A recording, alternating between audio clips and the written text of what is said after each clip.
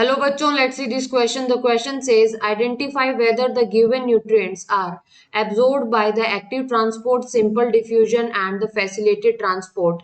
And the options are glucose, fructose, vitamin K and amino acid. Now let's try to find out the correct answer of this question. अगर मैं question के की concept की बात करूं तो जो क्वेश्चन है वो किससे रिलेट करता है? Absorption of food. ठीक है, एब्जॉर्प्शन ऑफ फूड. तो तीन तरीके से यहाँ पर जो एब्जॉर्प्शन है वो देखने को मिलता है. एक तो देखने को मिलता है सिंपल डिफ्यूजन की मदद से, ठीक है, और एक देखने को मिलता है फैसिलिटेटेड ट्रांसपोर्ट की मदद से, फैसिलिटेटेड ट्रांसपोर्ट की मदद से, और जो दूसरा जो मूवमेंट होता है वो होता है एक्टिव ट्रांसपोर्ट की मदद से. ठीक है, जो नेक्स्ट जो होता है एब्जॉर्प्शन वो होता है active transport. Now let's try to find out the correct answer of this question. और हम देखते हैं कि यहाँ पर क्या क्या डिफरेंस है और किस तरीके से एब्जॉर्प्शन होता है. जो सिंपल डिफ्यूजन के अंदर क्या होता है कि जो मूवमेंट होता है, जो मूवमेंट होता है वो मूवमेंट किस तरीके से होता है? मूवमेंट्स होता है सारे के सारे पार्टिकल्स का from high concentration to low concentration.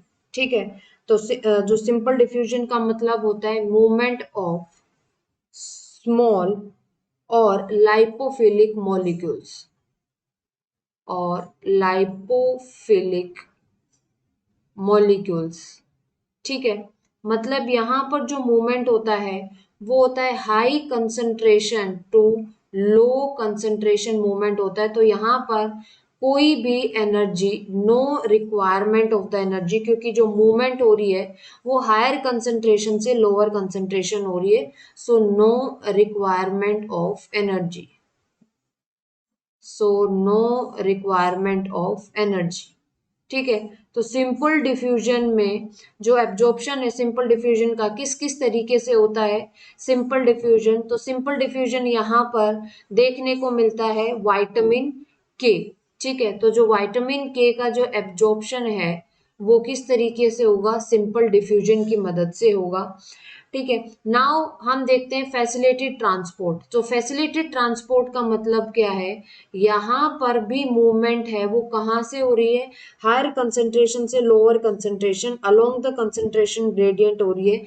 लेकिन यहाँ पर किसकी होगी? Movement of large, movement of large और charged molecules, movement of large and charged molecules via membrane proteins. ठीक है, यहाँ पर जो मूवमेंट होगी वाया मेम्ब्रेन प्रोटीन्स होगी.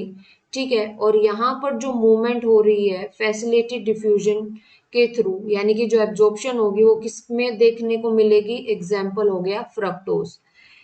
एक्टिव ट्रांसपोर्ट के अंदर क्या होगा? जो मूवमेंट होगी यानी कि जो एब्जॉर्प्शन होगी वो कैसे होगी? मूवमेंट ऑफ, एक्टिव ट्रांसपोर्ट के अंदर जो मूवमेंट होती है वो होती है movement of materials against concentration gradient. यहाँ पर अगेंस्ट कंसंट्रेशन ग्रेडियंट हो रही है तो इसका मतलब क्या होगा? यहाँ पर एनर्जी की रिक्वायरमेंट है, यानी कि एटीपी की यहाँ पर रिक्वायरमेंट है.